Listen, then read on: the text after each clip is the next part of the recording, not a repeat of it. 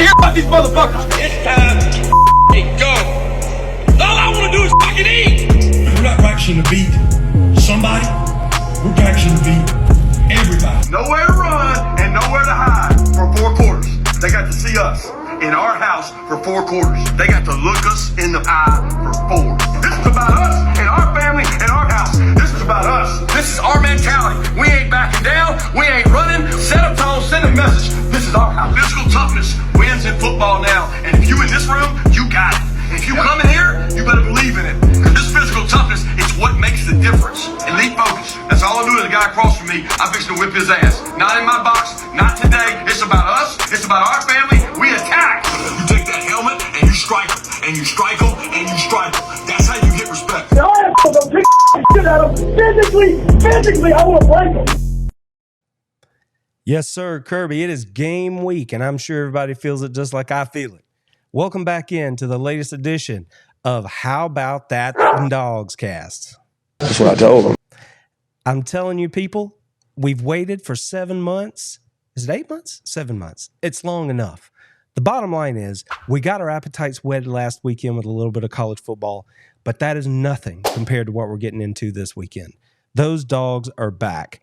Now, if you've been following along with what's been going on at fall camp and practice and everything, practice reports, who's injured and who's not, I have to be honest with you guys and let you know, and you may be able to tell already, that I am literally the definition of day-to-day. I mean, I was this way last week. I'm still fighting off something that's been going on, so bear with me. I apologize if my voice sounds a little raspy, but I'm doing the best I can, and I'm here for you, Dog Nation, and I appreciate you being here with me tonight. If you like what we're doing, please take a second, share this video around, get some more dog people in here, and let's talk a little college football, because what we are going to discuss tonight is literally the question that every member of Dog Nation and really anybody that cares about college football has been asking since the clock hit triple zeros in Georgia's demolition of TCU in the national championship game. By doing that, Georgia not only capped off one of the best 2-year runs in the history of the sport, going 29-1, 15-0, and claiming a second consecutive national championship. But they also put themselves in position to do what's really unheard of. I mean, there have been several schools that have attempted it. Alabama, Nebraska, Miami. There have been a few. But nobody has been able to pull off that magical three-peat. Now, I have tried my very best to not solely focus on that during the offseason, because you probably know this already if you've been around this channel very long. I am of a Munson lineage, right? I just always feel like, oh, something is coming. We just don't know what it is. And I got to tell you that Georgia, in the current environment under Kirby Smart, has really, really done a lot to take that feeling away from me, because they made me realize that it has nothing to do with how I feel or what's going on outside of the plays and the execution that's being called. And I knew this, people. I've covered the sport for 25 years. I played the sport for 15 years. I understand that all that matters is execution and players. Okay. But when you're a fan long enough, it's human nature to give yourself over to that, right? Do I have a certain meal that I eat on game day, or do I like my certain socks or a certain shirt or whatever it is? And after all these years of being a fan, I had allowed that to creep into my rituals a little bit. But Kirby and the guys have shown me, they have reaffirmed that none of that really matters. I'm not the one out there practicing and sweating. I'm not the one who's having to make the plays. I just know that the guys are out there giving it their very best. Kirby is doing everything he can do along with his coaching staff to put them in position to do their very best. And the chips are going to fall where they're going to fall. With all that said, I couldn't escape it completely. I mean, history is history. Nobody's gone three-peat in college football since the 1930s University of Minnesota teams. This team can do it. We all know they can do it. The question is, will they do it? I mean, in theory, we know they can do it. but can they actually get it done? That's what we're going to look at tonight. We're also going to take a couple things that I have on my list here and touch on those as well. But the big topic tonight, the topic that's going to take up all of this conversation time, is whether or not the Georgia Bulldogs can do the unthinkable. Can they make history and three-peat in the modern era of college football? I don't know. Let me know in the chat. Drop it in there. Let me know what you think. Let's get right into it. There's no point in beating around the bush, and you have to start at the basic blocks of building anything. And in this scenario, and you've heard Kirby Smart and the players say it over and over and over, the thing that you have to understand is that the past does not matter. Any games that Georgia may have lost in the past do not matter. Any games that they may have won do not matter. The only thing that matters about this season is the talent on the roster, the health of the team, the execution of the plays that are called. That's what's going to determine who wins and who loses. None of this other stuff. And we need to keep that clear when we talk about a three-peat. The thing about a three-peat is if you're not a Georgia Bulldog person, or if you are a Georgia Bulldog hater, the thing that's easy to do is say, you're not going to win it. There's no way. And then they don't follow it up with anything. They just say it. And the thing is, history is on their side. Clearly, nobody's done it in the modern era. The ball is shaped funny. You cannot control injuries. There are things that are just going to happen. But ultimately, players have to make the plays to get the job done and win the game. That's what we saw time after time with Stetson Bennett, A.D. Mitchell, right? That's what we saw. It was not luck that Georgia won the championship in 21. It was not luck that they won it in 22. They won it because they were the best team that made the plays that counted when it mattered. That's why they're back-to-back national champions. That is what will determine whether or not they are national champions this year. There will come a time over the course of the regular season, say whatever you want to about who the Dogs are playing or when they play them. Football is a weird game, and when it sees an opportunity to test you, it will. The thing is, it's never going to let you know ahead of time when that's going to happen. When that moment comes for this group of Georgia Bulldogs, they're going to have people step up and answer the call, just like they've done it in the last 2 seasons. Will it be JDJ getting after somebody on the sidelines when they're down on the road in the conference game like they were last year? Will it be Carson Beck this year instead of Stetson Bennett stepping into the huddle and saying, all right, we're about to go score? Not worried about the interception that he threw on the previous drive. Will he be able to separate that out and make the play when it matters? Will he stick the ball in a window that looks way too tight? Those are the kind of things that are going to determine whether or not Georgia wins. Those things and not much else. Injuries will factor in. That's part of the game. The ball's shaped funny. It's going to bounce a funny way sometimes. But I sleep well at night knowing that any and everything that can be practiced, any and everything that could happen will be covered by this coaching staff in preparation to get these players ready to play those games on Saturdays. And that is the very best that I or anyone else can ask of this program, this coaching staff, or these players. Give it your all, play your hardest, make every rep count, and let's see what happens.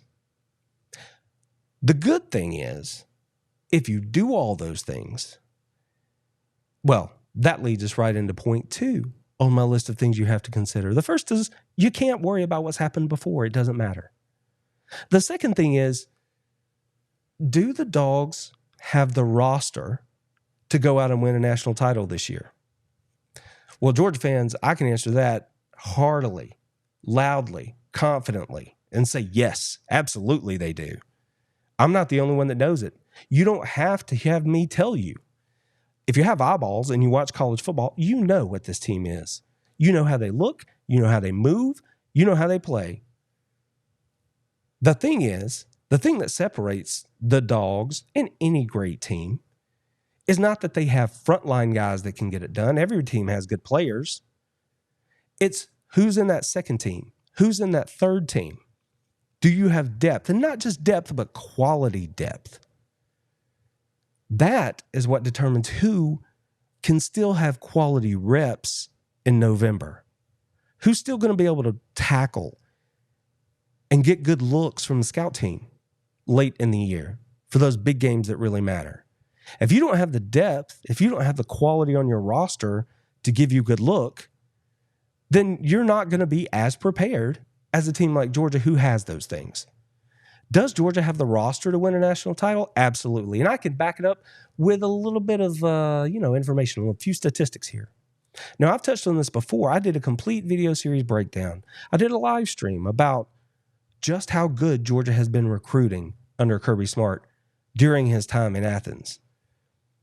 They've done it at such a level that they've put themselves in position like the rarefied air of being only one of two teams that can say that they have been in the top two during Kirby's time in Athens. Georgia has averaged a recruiting class final ranking of 2 during his time as the head coach at the University of Georgia. When you stack class after class after class like that, now does that all mean that they're all going to be, All-American players? No, it doesn't. But it's not just the recruiting. It's the walk-ons. It's the talent level here in the state of Georgia. Because at the high school level, because when Kirby and these coaches go to these schools to look at these top-tier recruits that everybody knows about, while they're there, they talk to those coaches and have real conversations about who else should I be looking at? Who do you think is a good football player? Who does it the right way? And those guys may not get a full scholarship offer from Georgia, but what they can earn is preferred walk-on status. And if they care about the work and they care about being at the University of Georgia, Georgia will extend that offer, and those guys, many of them take that offer, and they come in and get to work. And those are the guys that help you build the kind of program that Georgia has right now. I heard Kirby talking about it just today. He has zero issues pointing to the fact that the level of talent in the state of Georgia at the high school level is so high, and the quality of football being coached at the high school level in this state, and the relationships that they have with those coaches acts as a feeder system into the university. And when he talked about those preferred walk-ons, he praised them by saying, these are the guys that actually are usually some of your most intelligent players, the ones that want to do everything right. They want to do it just exactly the way you say do it, because that's how they're hardwired. And when you have those guys who are talented players, but maybe they're undersized or something like that, on the other side of your frontline guys, giving them those quality looks, that is what separates a great team from a really good team. Those are the kind of little advantages that Kirby and Georgia have earned, have built, and have in place in Athens right now that help make the difference when it comes down to those tight games. Not every school in the country can say that, and it comes back to talent on the roster and quality depth. So far, we're 2 for 2. We all understand. Kirby and the players know it, and we as fans have talked about it now, and I think we understand as well. What happened last year doesn't matter in any way. What happened in 21 doesn't matter. What happens in 23 is what's going to matter. And I think we all agree that Georgia has the talent to get it done. According to 247 Sports, Georgia has the number 2, the second most talented roster in college football heading into the 2023 season. When I mentioned that rarefied air earlier, I was talking about Alabama. I've never been one to take shots at Alabama. Alabama is a tremendous program. Nick Saban is the greatest coach of all time. They have done what they have done because of how they do things. The thing they do is recruit. Now, with that said, it's not just one thing that gets this done. Alabama had a more talented roster last year. They didn't even make the playoff. They didn't even make the SEC championship game. It's not just talent alone. Remember those intangibles I was talking about? This is where they show up. But you can't take it away from them. They are talented. They are the number one most talented roster in the country. Our Dogs are number 2. And we have those intangibles that I was just talking about to go with that talent. Georgia remains the number 2 most talented roster in college football, even after putting 26 players into the NFL draft over the last 2 seasons. That says nothing of the players that chose to transfer out or the players that maybe just didn't get drafted but signed free agent deals and now are on rosters. The attrition is real. But the good thing about that is that where Georgia has an opportunity to sort of soften the blow against that attrition, they have done a tremendous job. And I'll point you right back to KIRBY's points on the retention of players at the University of Georgia, the retention of coaches at the University of Georgia right now. So another intangible in their back pocket is that, yeah, they're losing players, but they're also recruiting great players to replace them, as evidenced by the talent on the roster overall. And they're keeping players in the program because they have a good thing going, and those players understand that if they want to be developed and grow and get that big payday down the line, Athens, Georgia is the place to be. So even where they're taking punches, they're punching back, if you will. They're doing it right. So what else would be a consideration about whether or not Georgia could actually three-peat? It has to be the schedule. Now, there is no lazier point of attack for an opposing fan or a media member or anyone else than to point to any schedule for any team prior to the season and say, this is something that should matter. The fact of the matter is, preseason rankings, whether your team is ranked number 1 or number, 20, they don't really matter. What matters is when you get on the field. I mean, we can all project what somebody's going to look like, but that doesn't mean anything. They have to go play. So these teams on Georgia's these teams on Georgia's schedule, take an Ole Miss, take even a Georgia Tech, who I think is going to be improved this year. Take an Auburn team that might get out to a fast start. They may not be ranked right now. Doesn't mean they're not going to be ranked when we play them. So schedule as a point of, it's one data point, but to take it and use it as a bludgeon against another team, any team, is just silly, in my opinion. With all that said, when you look at Georgia's schedule, and I've talked on this before, it does lay out, given the new things that's going on in Athens, a new quarterback, figuring out who's going to be your number 1 tailback, figuring out who's going to be your starting left tackle, figuring out exactly what play calls and things like that are going to look like under the new OC, Mike Bobo. All of those things have to be sorted.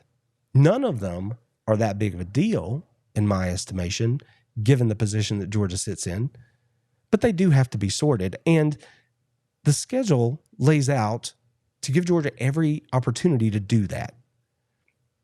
They have a couple of non-conference games. Then they play their first conference game. They get that one at home. Then they have another non-conference game before they ever go on the road and get back in conference. So during that first 3 to 4 weeks, Georgia's going to have an opportunity to figure out all the things that might make this very young roster. And it is a very young roster. Do not get this twisted. This Georgia roster, more than 50% of it is they're sophomores and freshmen. So this is not a team although you may look at certain position groups and think they have a lot of experience, top to bottom, this is not a team that has an overwhelming amount of experience. So they're going to need an opportunity to get out there when the band is playing and when the lights are on. Make sure you're going through stretches right. Make sure that you know how to go through pregame warmups. Make sure that you're doing all those things so that when you get out on the field, you can play fast and free. Now, the fact that this roster is so young, well, that sort of spins me right into our next point. As we've discussed, we know that what's happened in the past doesn't matter. We know that Georgia has the talent on the roster to get the job done, and we know that the schedule gives them a chance to get up to speed by the time they hit the middle of the season and start to build the momentum that they're going to need to make that run into the playoff, hopefully. The next thing, though, is if everything else is going great, do you have the experience that you need? Do you have the coaching that you need to get you through those tight spots when you get into those big games late in the season, when it determines whether or not you make it to Atlanta in the SEC championship game or whether or not you make it into the college football playoff? In Georgia's case, I think that they do. I just said they're young. But the thing about playing at the University of Georgia is that everybody knows if you're good enough, you're old enough. So just because these guys are young doesn't mean that they haven't played meaningful snaps. We also touched on the fact that they have quality depth. How do you get quality depth? Because you get them reps in real game action. You get them reps, quality reps in practice because of the depth of your roster talent. Kirby spoke to this week during his his press conference leading up to the game week. He talked about this in particular. So I'm just going to let him say it better than I can. Here, it's never decided. I mean, it's just, it changes the week of. I mean, outside of a few positions, I don't care who you are. If you don't go out there and practice good, you're not going to play. So position battles here will go on throughout the year. We want to go out and get great rhythm and start fast and dominate and play well. We want to play our best each and every game and grow from that. As far as the opportunities for guys to start and play, they get that opportunity every day. We're going to go out there today and do best on best and see who plays, and the guy that plays better is going to be the guys that get to play, regardless of whether they start the first or second game. I mean, he told you right there. He said everything I just said, but he said it better. I mean, he is the head coach, right? He told you, if you don't play well, you will not see the field on Saturday. And you are going to get quality reps. You are going to compete to get on that field at the University of Georgia.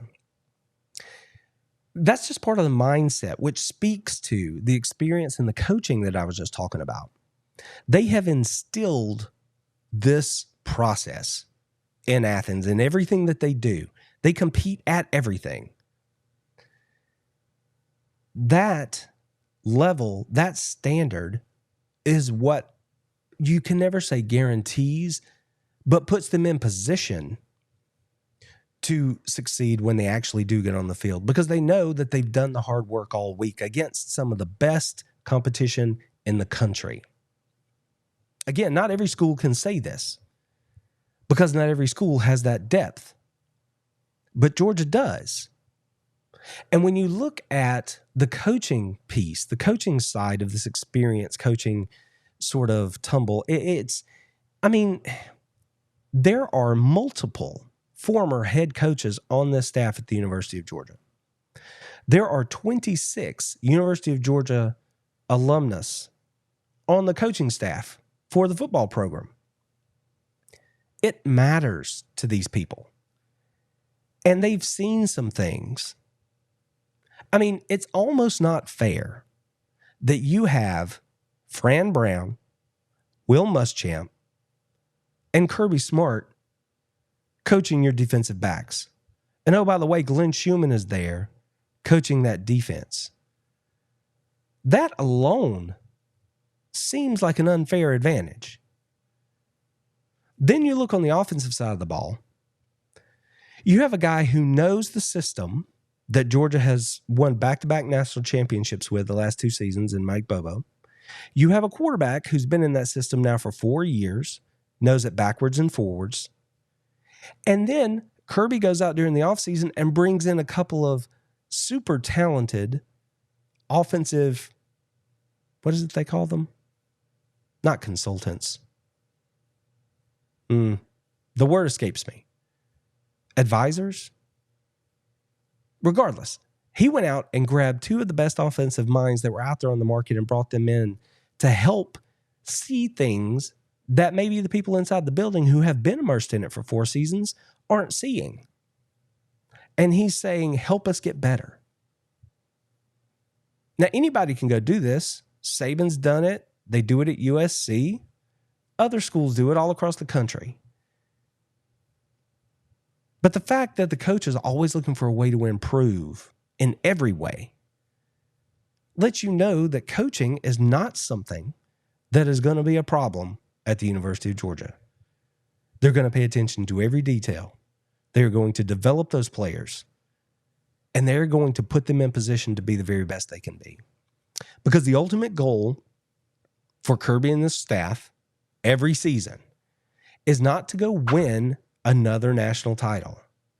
That is the result. That is not the process, and they are focused on the process. The process means that they are focused on getting the most out of this group that they can possibly get out of them. Now, admittedly, that bar is high because when you have the kind of talent and resources that the University of Georgia has, what's that old saying? To those to whom much is given, much is expected. Well, nobody gave Georgia anything, but they have it. So there is a lot expected of Kirby Smart and the University of Georgia Bulldogs right now. When you put this kind of work in and you have those resources and talent at your disposal, it's fair to hope and assume that they're going to be pretty good. But that's not something I'm concerned about. They know that. And they are doing everything they can do to put themselves in position to get that done, to achieve that end goal of winning another national title. So there's really only one thing left to discuss when we're talking about whether or not Georgia can get it done. But before I do that, let's hear from Kirby again. Absolutely not. I just don't think you can make it about that, because the minute you do that, you open yourself to distractions, added pressure. What if it doesn't happen? What are you playing for? I mean, there's just so many things that I just don't believe philosophically in doing that, because what the previous two teams did has no bearing on this team, has no bearing. Our focus is UT Martin and really us. And that's going to be true whoever we play. Is we have to remain focused on us, and we have to, like I said, set a standard of the way this team's going to practice in a game week. And that's kind of like being where your feet are, because you don't inherit practice habits. You don't inherit standards. You set them. And Kirby, he's trying to tell you, right? He's trying to tell me. The thing about mantras is that sometimes you can say they're cliche, but that doesn't mean that they're not right. And the thing that Kirby has done an amazing job of, especially over the last 2 seasons, and so far this season based on everything we see, is living those mantras. So one of them that's all over the building is simply win. What is important now? Be where your feet are. They're trying to win every rep, every meeting, every day.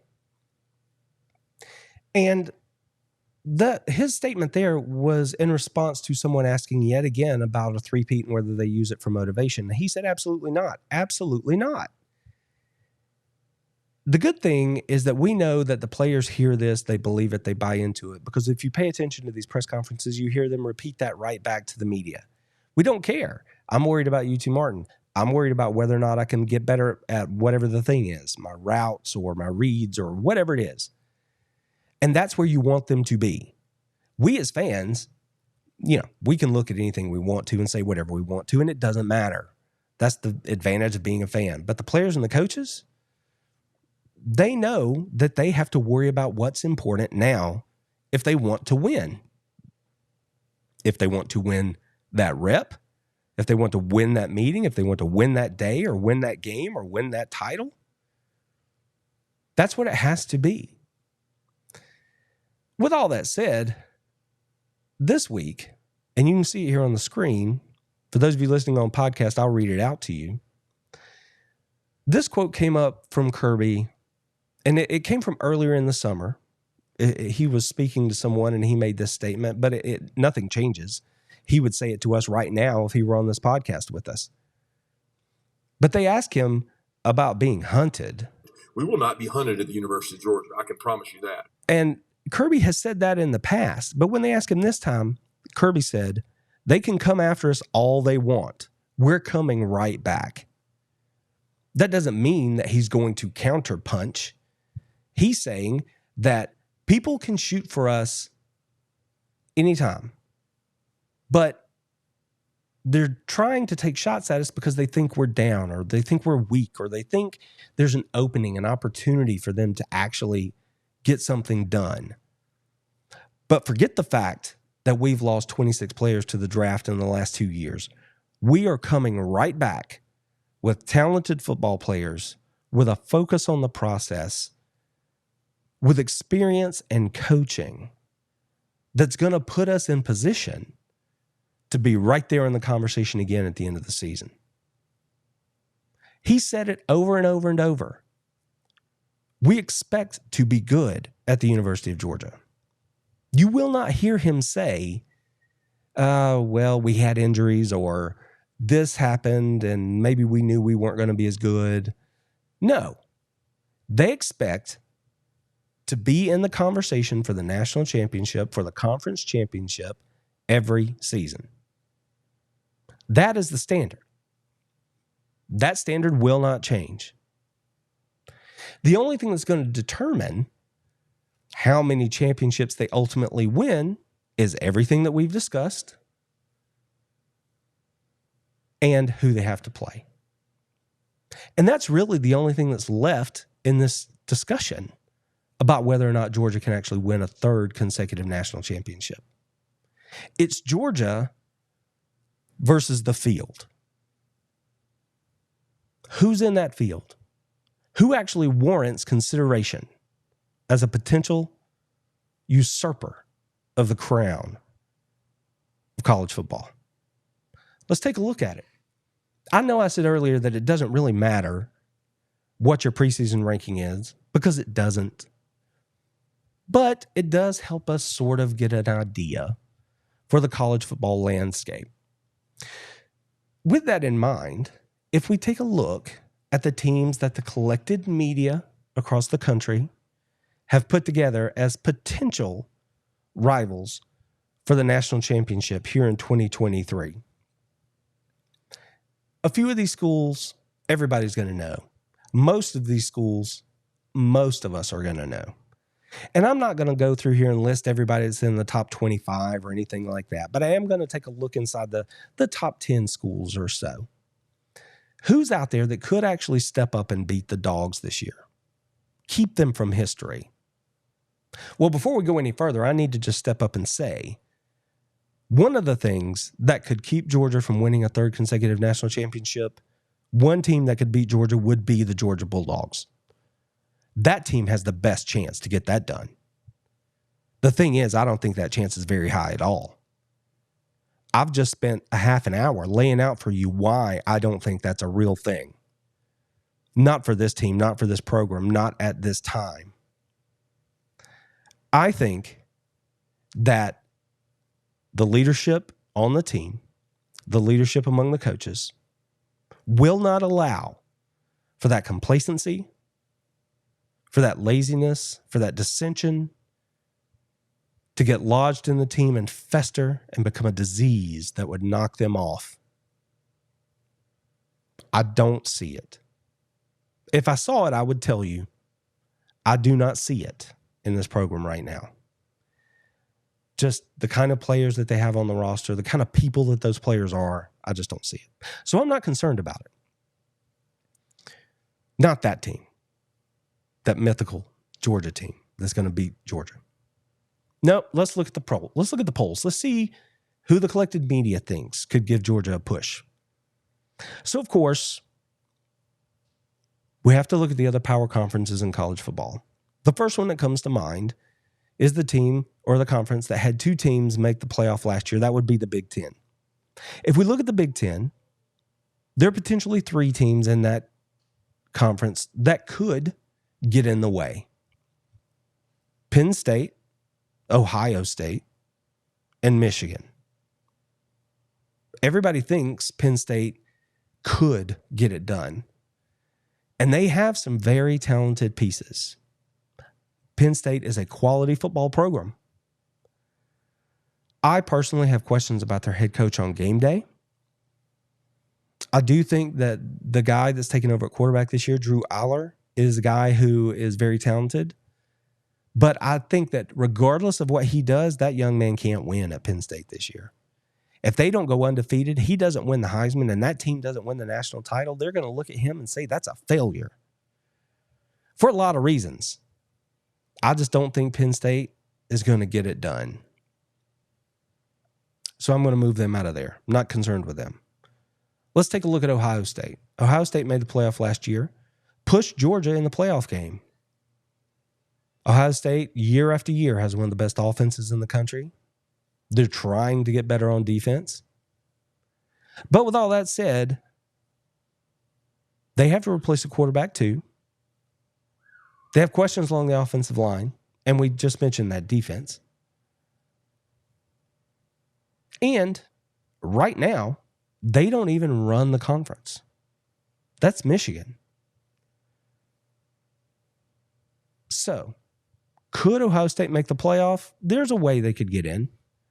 But do I think that this version of this Ohio State team could line up against what we know about Georgia so far, which admittedly we haven't seen them play, but based off of what we as Dog fans know about this roster and this team, do I think Ohio State could beat Georgia right now?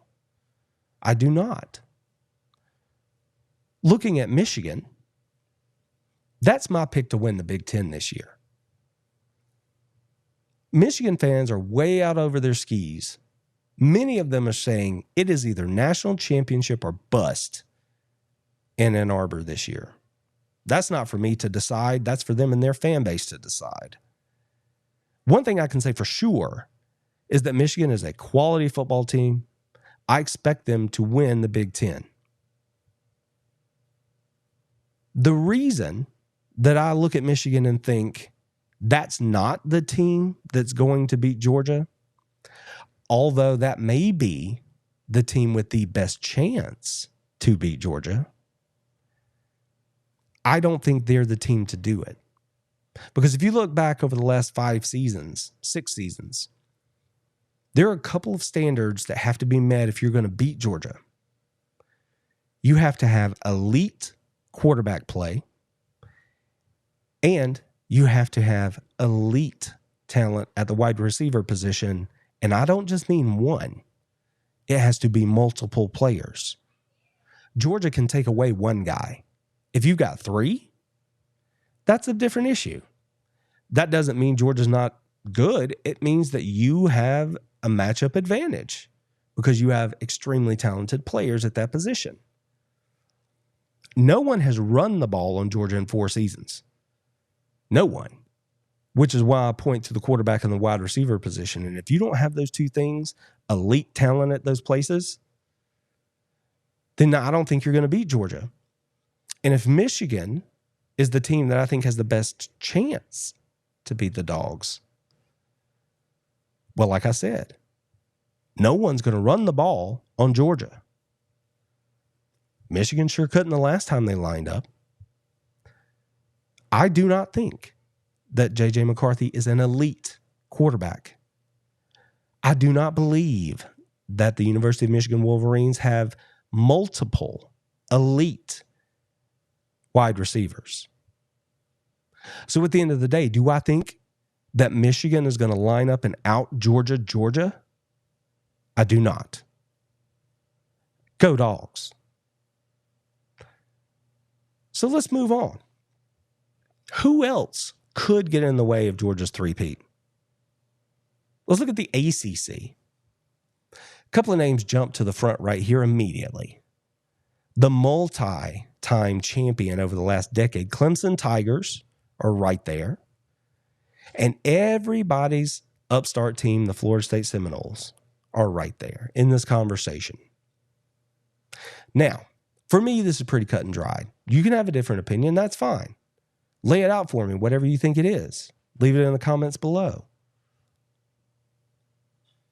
Until Florida State beats Clemson, Clemson owns the ACC. It's just that simple. To be the man, you got to beat the man. Now, with that said, I think Clemson's actually going to be pretty good on defense this year. Better than maybe some are expecting. I think that they're going to be good enough on defense to keep a handle on whatever it is Florida State has going on offense on their side. I think that when they play head-to-head, Clemson's going to win that game. I think Clemson ultimately ends up being your ACC champion. So, given that, that means I think Clemson has the best chance to get into the playoff where they might face our Georgia Bulldogs. If the Dogs are fortunate enough to get there, I do not think that Clemson has what it takes to beat Georgia if they lined up on the same field. So no, the ACC, Clemson, Florida State, dismissed. I don't see them as a real roadblock to Georgia in a three-peat conversation. Which moves us right along to Texas and the Big 12. I say Texas and the Big 12 because everybody thinks that Texas has the talent on the roster to not only win that conference, but make the playoff and challenge Georgia and whoever else is in there. Now, this is really simple. I mean, we could all make a joke here. Texas is back. They've been back for a decade. It goes without saying, I don't believe in Texas. I'm not saying they don't have a talented roster. I'm not saying that they're not a threat. What I am saying is that I don't believe in them. I think that when they show up in Tuscaloosa to play Alabama, they're going to play really well. They're going to get up for that game. They're going to put their best foot forward. They're going to challenge Alabama. I'm on record as saying I think Alabama will beat Texas. But I'm not worried about how Texas is going to compare to Alabama or what kind of game they're going to give them. They're going to play great. I have no doubt. What I do have a doubt about Texas is when it comes to the rest of the season. When they're inside Big 12 play in their last run in that conference before they bail and join the SEC, not only are they going to get everybody's best swing in conference play, but are they going to be able to rise to that level and meet that challenge every week? If they're playing Kansas, or if they're playing Houston, or whoever. That's where I don't believe in Texas. I think they might win the Big 12. Certainly don't consider them a lock to win the Big 12. And if they were to get into the playoff, they would be up for the game. They have a talented enough roster to maybe win a playoff game, depending on who they're playing. I do not believe that Texas is ready to take down the Dogs if they were to square off against one another.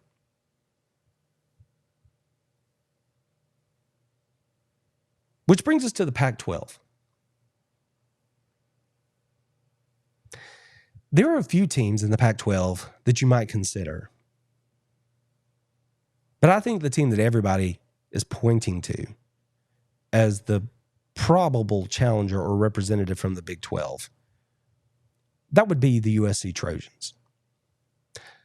Let's just say, even if they improve on what we saw on the field against San Jose State this past weekend, let's say they get better, they are still, by no measure, ready to step on the field and take on an Alabama or Georgia when it comes to big money games, when everything's on the line. Honestly, I don't think it would look much different than Georgia versus TCU. And I'm not referring to the final score of that game. I just think in terms of what the roster composition looks like, what Georgia's offensive line, based on what we know about them, would do to the USC defensive line and linebackers, it would not be pretty. Georgia would manhandle them along the lines of scrimmage. Caleb Williams was running for his life against San Jose State. Imagine them dogs hunting after him. So no, USC's not the team. Notre Dame, hanging out there as an independent, could have a good season. They could be hanging around in November with a chance to get into the playoff. Notre Dame is a good football team. I do not think Notre Dame could beat Georgia.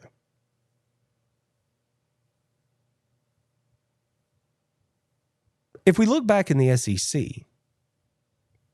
which is something you have to consider because there's a possibility that you could get more than one team in from our conference as well. So who would that team be? Tennessee? Maybe LSU or Alabama? Well, for my money, today, the idea that makes the most sense to me is that team would be LSU that could sneak in there and challenge Georgia. I think Alabama wins the West because Alabama, I think, will beat LSU because they're playing at Alabama. I think that's the difference in the game, the home field advantage, which means Alabama's in the championship game. I think Georgia beats Alabama in the championship game. But then you have LSU sitting there with maybe one loss, especially if they knock off Florida State here on Saturday. If LSU can handle their business and they're sitting there with one loss and Alabama loses to Georgia in the championship game, LSU could be that team that jumps in there. Now, I know that this sounds like you're just dyed in red and black and Georgia's going to go 15-0, and I know that's what it sounds like. But I'm going to put all that to rest and just tell you right now that any of these teams that I've mentioned to you here have the capability of beating Georgia. But this is just me looking at the field and assessing the chances of whether or not Georgia can actually win it. It's one thing to say it in theory. It's another thing to break it down through all the intangibles in each team that's out there. I think I've touched on all the teams that most of us would consider real challengers. And I have to say, absolutely, the University of Georgia Bulldogs can three-peat in 2023. They can win the national championship in 2023, which historically would be the first three-peat in modern college football history. As I said earlier, the odds are long. They are absolutely stacked against the University of Georgia. The good news is that doesn't have anything to do, doesn't mean anything about how things are actually going to play out on the field. So, based on the understanding that history doesn't matter, based on the roster that Georgia has built under Kirby Smart in Athens, considering the schedule, which sets out nicely and lets the Dogs find their footing early in the season, given that Georgia, in many ways, has a seemingly unfair advantage when it comes to experience, both players having played in big games and coaches that are clearly in the top tier of their profession on the sidelines and in the meeting rooms in Athens. And going through team by team against the contenders this year in college football, I think the case has been answered, made and answered, that the Georgia Bulldogs can absolutely three-peat in 2023, becoming the first team in modern college football history to win back-to-back national championships in college football. That's quite a thing to say out loud. If it plays out that way, we will all be happy Bulldogs come January. So there you have it, friends. Another walk through a season that has yet to fully kick off. But that's what we do. That's what we do. We love college football. We talk about it. The one thing that I would say is that I didn't come to you with a bunch of weak arguments. I would say that this is a conversation that was rational and laid out. You don't have to agree with me. As a matter of fact, please leave it in the comments below and let me know what you think, where I got it wrong. But from where I'm sitting, the case is pretty strong that the Georgia Bulldogs can actually win 3 consecutive college football national championships, becoming the first team in modern college football history to do so. Now, before we get out of here, I want to take a second and make sure that you do not miss out on an opportunity that we are doing here at A Damn Beast Media.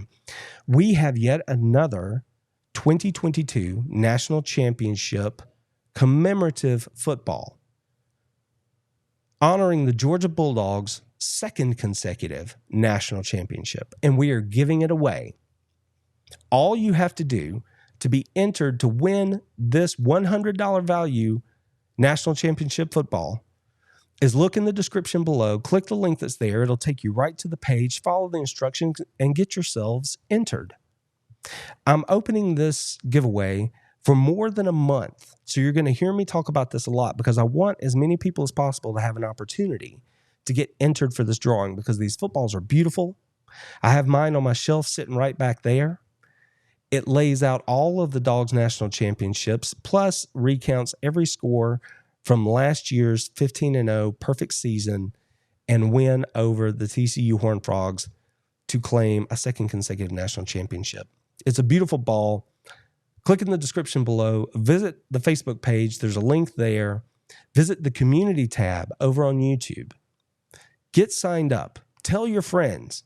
Imagine if you were to win this thing, and I know it would be hard, but imagine if you were to win this thing, what a tremendous gift that would be for the Georgia Bulldog fan in your life. You win this thing, $100 value. I'll get it out to you as soon as possible. We're going to do the drawing the weekend of the Auburn game. We'll get a winner. I'll get it out to you well ahead of the Christmas season. So you'll have the ultimate gift to give to the number one Georgia Bulldog fan in your life. So make sure that you take advantage of this opportunity to go get entered into that giveaway. Take you like 30 seconds to get that done. So get on over there and make it happen. I've said many times that we are doing all we can here at ADB to bring you as much Georgia Bulldog content as possible, and I am good as my word. We have a brand new show, a brand new live stream here on the A Damn Beast Media YouTube channel. Tentatively right now, we're calling it the SEC Powers Hour. My brother Joe is going to come on with me. We're going to look at all of the games on the SEC slate each week. We're going to make our picks on those games live and share those with you. We're going to have a good time. Just me and my brother talking a little football. He's going to come at it from one perspective like brothers do. I'm obviously probably going to be on the other side of that thing, but we're going to have a good time. It's going to be more of a hangout situation. So jump in the comments. Let us know what you think. That's going to be a good time. I'm really looking forward to that. We're going to do it at 7 o'clock on Thursdays.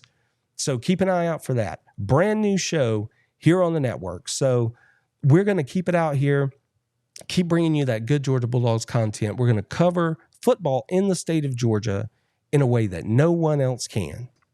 I promise you, we won't do it if we can't have a good time, and we want you to have a good time with us. So until next time, take care of yourselves, be safe out there, enjoy the games, and go Dogs!